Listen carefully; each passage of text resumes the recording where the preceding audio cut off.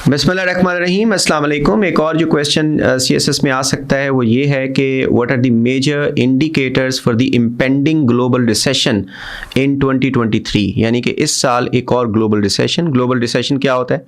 पूरी दुनिया में एक इकोनॉमिक मेल्ट डाउन, पूरी दुनिया की इकोनॉमी का स्लो डाउन होना, इसको कहते हैं रिसेशन। इससे पहले एक रिसेशन 2008 में आ चुका है, ज़्यादा अरसा नहीं गुजरा। उसके आफ्टर इफ़ेक्ट से अभी हम निपट रहे थे कि कोरोना लॉकडाउन आ गया और कोरोना की वजह से सारी दुनिया की जो ट्रेड है वो जाम हो गई और सप्लाई एंड डिमांड की जो ये खेल है उसके अंदर रखना आने से इकोनॉमी पूरी दुनिया की स्लो हुई है।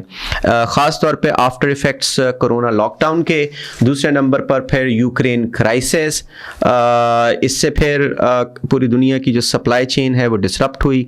फिर जो तीसरा मेजर पॉलिटिकल फैक्टर है वो चाइना और अमेरिका का ट्रेड इशू है, यानी ट्रेड वॉर, जिसमें अमेरिका और चाइना ने एक दूसरे के ऊपर ट्रेड रिस्ट्रिक्शंस लगाई। इससे भी ग्लोबल सप्लाई डिसरप्ट हुई।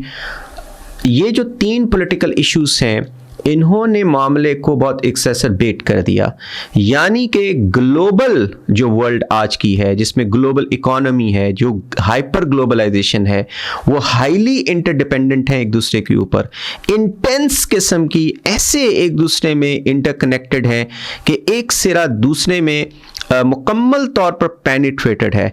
इसमें अगर एक भी ताने को या बाने को नुकसान पहुंचा तो पूरी की पूरी ग्लोबल मार्केट हिल के रह जाती है।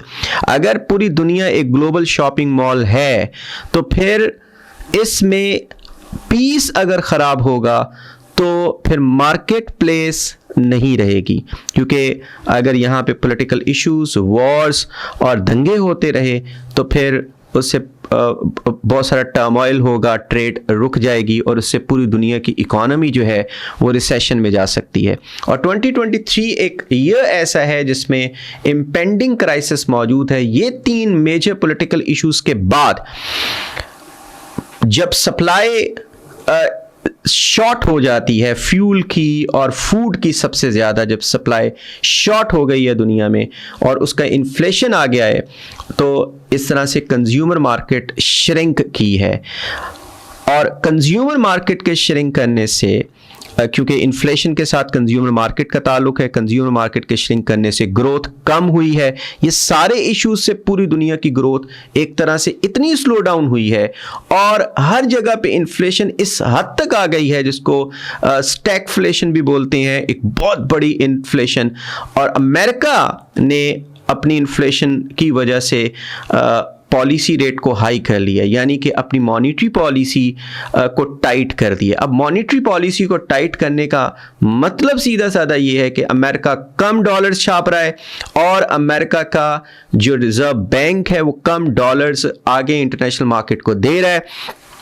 कम डॉलर्स देने का मतलब एक और भी है कि इंटरनेशनल लैंडिंग एजेंसी, जिसमें IMF, वर्ल्ड बैंक, इनके पास भी कम डॉलर्स आएंगे और वो दुनिया की डूबती हुई इकोनॉमीज को भी डॉलर्स नहीं दे सकते। इंटरनेशनल मार्केट में पहले डॉलर्स कम है और दुनिया की जितनी भी करेंसीज हैं उनका एक्सचेंज रेट डॉलर के मुकाबले में होता है। तो पाकिस्तान समेत दुनिया में बहुत सारी करेंसीज हैं जिनका एक्सचेंज रेट बड़ी तेज़ी से नीचे गिर रहा है, जो डिवैल्यूड हो रही हैं। और इसमें ये ग्लोबल रीज़न भी मौजूद है कि अमेरिका ने अपना पॉलिसी रेट बहुत बढ़ा दिया है, यानी कि अपने मॉनेटरी पॉलिसी को टाइट कर दिया है, यानी कि डॉलर की इंटरनेशनल मार्केट में सप्लाई को टाइट कर दिया है, जिसकी वजह से इन्फ्लेशन और बढ़ गई है, बल्कि मल्टीप्लाई हो गई है। और इससे एक तरह से इकोनॉमिक डाउनफॉल है पूरी दुनिया में और इसके रेपरकशंस गरीब मुल्कों पे ज़्यादा होंगे। और इसके रेपरकशंस में जब भी कभी रिसेशन आता है तो कॉन्फ्लिक्ट्स बढ़ते हैं, सिविल वॉर्स बढ़ती हैं, टेररिज्म में इजाफा होता है, जो सोशल लेवल के ऊपर इनजस्टिसेस बढ़ती हैं और इससे पूरी दुनिया के मसाइल और ज़्यादा बढ़ सकते हैं।